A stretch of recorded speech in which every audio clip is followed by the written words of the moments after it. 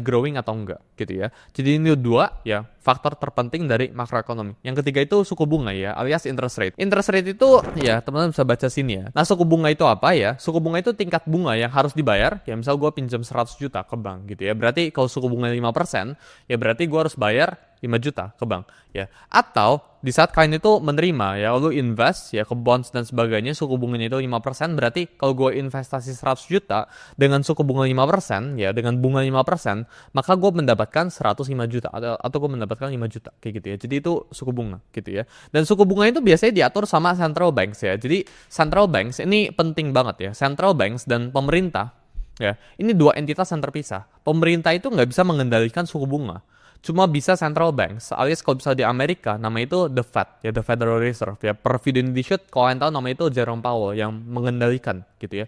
Jadi basically central banks ini kayak lever ya. Di saat ekonomi itu lagi jelek ya, dia bakal nge-lever kayak gini, dia bakal naik turunin suku bunga sesuai dengan kondisi ekonomi. Kenapa jangan pemerintah? Karena kalau pemerintah bakalan ada kepentingan yang namanya itu politik. Karena kalau lu misal pemerintah sekarang, lu presiden sekarang, lu bakal turunin suku bunga biar marketnya itu rally gila-gilaan dan biar orang itu senang sama lu. Tapi untungnya kan gak gitu, dipisah jadi dua entity gitu ya. Jadi pemerintah dan central banks ini dua entity yang terpisah. Di saat suku bunga itu naik ya, maka melambat guys ya, pinjaman jadi mahal, semua orang jadi nggak mau meminjam ya, bisnis bakalan kontraksi, orang-orang bakal lebih sulit, konsumsi menurun, investasi menurun, dan inflasi itu cenderung menurun ya kalau suku bunga itu dinaikin. Tapi kalau suku bunga diturunin ya, market itu bakalan grow ya. Jadi kayak yang gue bilang tadi, ini cuma lever ya. Ini either kalau kondisi ekonomi lagi jelek ya kita potong suku bunga ya, tapi kalau kondisi ekonomi lagi terlalu bagus, jangan sampai terlalu bagus, jangan sampai masuk euphoric phase kita naikin suku bunganya. Jadi ini cuma masalah ngebalancing gitu ya. Suku bunga itu kayak balancer doang gitu ya. Di saat suku bunga itu turun ya, market itu bakal bertumbuh, pinjaman itu jadi lebih murah, orang bakal lebih pinjam,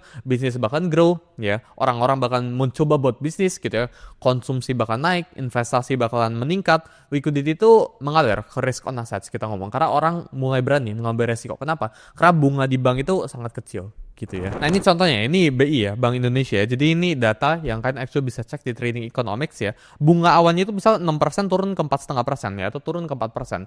Ketika bunga ini diturunin ya, kalian bisa cek ya 2024 sampai sekarang ya, market dari saham ya, kalau stocks mostly ya, itu rally gila-gilaan ya. Jadi ketika market itu rate cut, suku bunga diturunin 25 basis point dan sebagainya, ini overall bakalan good buat risk on assets. Kita ngomong kayak gitu ya. Jadi sesuai dengan yang gue inin sebelumnya. Kita tadi udah bahas inflasi ya, udah bahas GDP, sama udah bahas suku bunga. Sekarang unemployment rate alias non-farm payroll ya. Jadi unemployment rate ya, itu tentang usia produktif, berapa persen orang yang sedang bekerja atau berapa persen orang yang pengangguran ya. Di saat baik orang